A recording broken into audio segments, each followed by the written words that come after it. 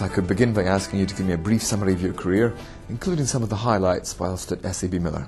I joined the group 18 years ago in the soft drink division, which was then Amalgamated Beverage Industries. I had various different finance, marketing, sales and general management roles, including a 2-year stint heading up Swaziland Bottling Company. Post that, I was the Managing Director of Appetizer for 5 years, and then for 4 fantastic years headed up the business in Russia.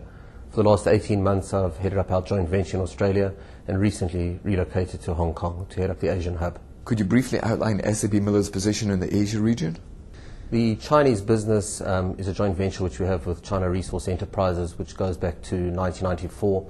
It's the largest beer business within China, the largest beer brand, Snow, which will be hitting approximately 50 million hectolitres this year out of about a 70 million hectolitre business, and has had phenomenal growth over the last 15 years. In India, our business there is the second largest brewery in India. We've got a competitor who's of a similar size. We've got a nice balanced portfolio of offerings that's growing and emerging as the Indian consumer emerges. The joint ventures in Australia and Vietnam are both new. Our joint venture in Vietnam we only started last year with a greenfield brewery, also a joint venture with a company called Vinamilk, one of the largest dairy producers within Vietnam, based in Ho Chi Minh City, a nice new brewery, state-of-the-art, and starting to get our feet on the ground there and starting to get the business up and running. While our business in Australia is a joint venture which currently imports the brands Miller, Peroni and Pilsner Urquell, and announced the acquisition of a boutique brewery of Blue Tongue Brewery, which is based in New South Wales. So what are the key dynamics of those 4 regions? Each one of them has their own dynamics and their own challenges. Obviously, China and India are key drivers of future volume within the world, within the Asian continent, significant populations of emerging consumers who are looking forward to more premium offerings, up-trading and accepting beer as an everyday type of offering that is very much part of their purchase repertoire. Australia's got a very mature beer industry. There's 2 large and successful brewers that have been operating there for several years, and our joint venture with Coca-Cola Amatil will give us an avenue into the premium sector with our imported brands and leveraging the Coca-Cola system. And what are the key value drivers in those main regions? Within China and India, the major value drivers are the up-trading of the consumers. There's a very large emerging middle-class, emerging consumer base that's coming up into the repertoire of drinking beer.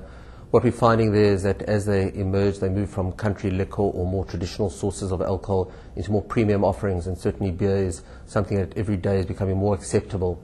The per capita consumption in China is only 23 litres per person, while as in India it's less than a litre per person. So we see huge opportunity going forward as those consumer bases lift and as you get that emerging middle class, so the per capitas will grow and hopefully grow into our portfolios. So what are the other opportunities? Within Asia there's a lot of opportunity going forward because there's a lot of markets that are untapped, a lot of areas that are still considered white spaces within the markets in which we operate where consumers haven't been given the opportunity. We also see a huge opportunity in brand positioning as we move into more premium offerings. Our portfolio lends itself to be able to offer them more premium offerings and trading up from more mainstream offerings. What are the challenges though? It's a very tough, very competitive and very tight market to operate in China and India. Vietnam has its own challenges being a new greenfield operation, so getting our feet on the ground. But I think the challenges are to maintain our competitive advantages, to enhance the positions that we've adopted by being first mover, and just to ensure that we do have sustainable businesses that are very competitive. Given all that, what are the strategic priorities going forwards? The key strategic priorities for the Asian hub are to ensure that we have a sustainable footprint in the region, that we have an opportunity to develop our position. We haven't had an Asian hub until now, and so we're going to get out there, we're going to start putting our feet on the ground, ensuring business development takes a top priority, and also ensuring that the businesses that we have there are very well supported and I have the opportunity to leverage the scale and opportunity that the group gives them. What do you think the SABMiller business in Asia will look like in a year or two's time? I think it certainly will look significantly different, or hopefully will look significantly different to what it looks like today. As I say, there are big opportunities for business development, and there are very much big opportunities for cross-border synergies in terms of procurement, supply chain management, brand development, business development. And so I think once we've got our foothold there, we can certainly look forward to a lot of opportunity for real organic and profitable volume growth.